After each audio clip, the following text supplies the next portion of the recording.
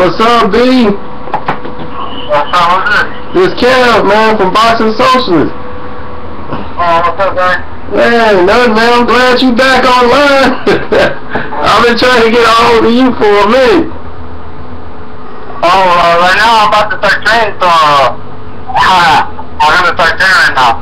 Oh, okay. I thought you were done by like 3. Alright, well, I'll try to hit up with you sometime this week, cause I don't know, you probably be tired when you get out of there.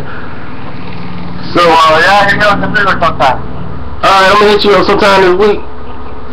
Nah, for sure. Alright, one. Yeah. Alright, that's B. Brandon Rios. Y'all, I was in the middle of a video when that went down, so now let's get back to what we were talking about for the subject matter of this video. This video is, now I'm totally thrown off. No, Erik Morales versus Danny Garcia 2.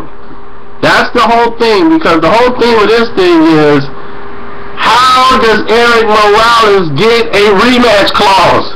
This guy just lost. He just came back, right? What fight did he win?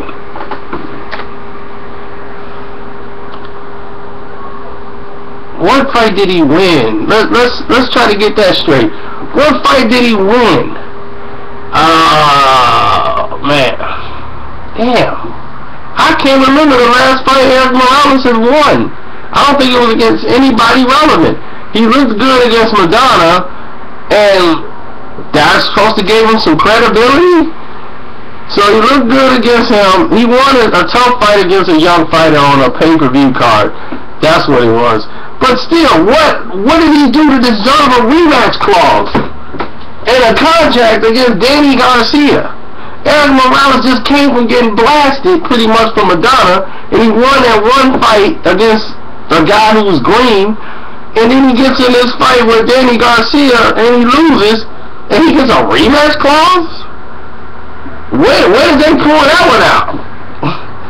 That's what I'm talking about the joke that is the sport of boxing, all the things that happen behind the scenes in the contracts.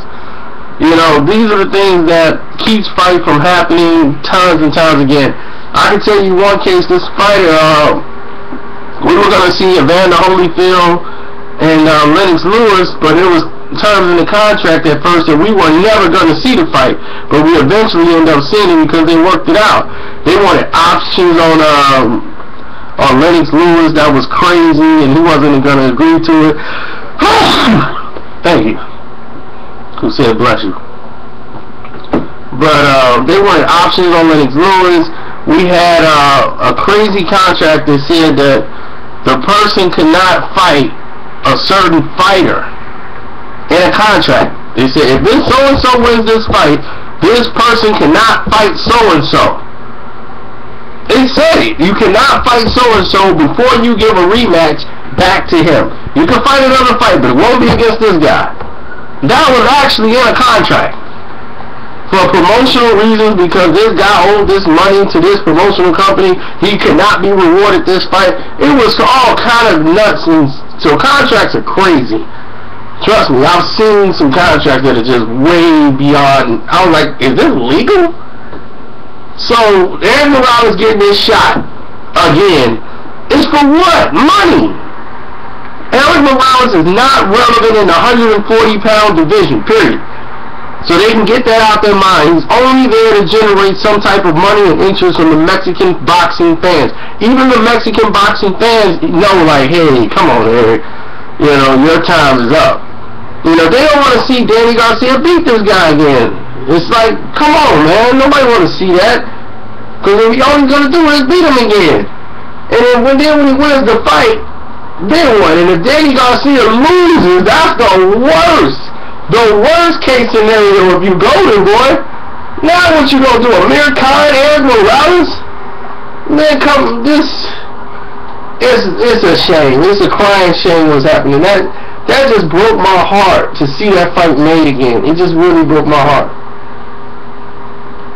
when people are trying to make excuses, don't do that. Don't say, oh no, Erik Morales had a rematch clause, but you know that ain't right. Come on, that ain't right.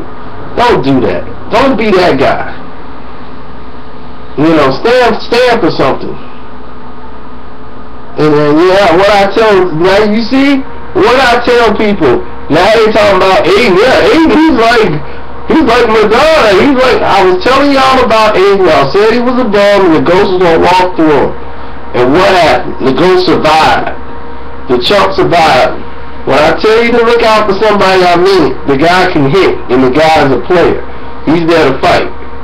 Now, they railroad the guy by throwing him in a 24x24 ring, putting him in the guy's hometown, making the guy have to do a second-day weigh-in, make sure he wasn't so much bigger than Erik, to Robert the Ghost Guerrero. They railroad the guy, handcuffed him, and he had to chase Guerrero all night in that ring. Guerrero's back, never touched the ropes because the ring was so big. It's the same railroad job they did to Ponce de Leon against Gamboa. So, hey, all I can tell you is this. Boxing's a dirty, dirty game, which y'all already know. You just gotta get in where you fit in. But this Erik Morales thing is a crime. This is a total crime. And for some people go, no, well, I've seen worse. That don't matter. I don't want to see this at all. And this is supposed to be for the boxing fans. Give us the fights we want. Let him fight the winner of Matisse and that guy Jose. The guy who was his mandatory. You know, do the right thing. You know, it's just like, how many times you gonna try to milk us? You've already been milked us. You've been trying to milk people for this Canelo fight. Come on, man. Canelo and Josito Lopez. It's like, you know this guy's a 140 fighter. Even though I don't care how tall he is. He's 140. He's not going to have the power to deal with Canelo. You know that. I mean, the average boxing fan knows that. And when the fight go down, you know, oh, yeah, see, we knew that. It's like, stop trying to milk us, man. Just give us the fights we want. The fans want to see the fights. If you make the fights, the fans will come. It's as simple as that. You make the good fights, and they will come and watch the fights. You don't have to try to stick them up.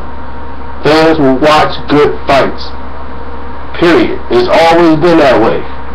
If the fight is good, they will watch it.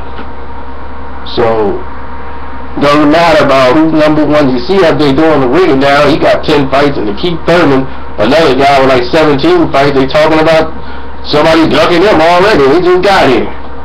So you see how stupid the people are.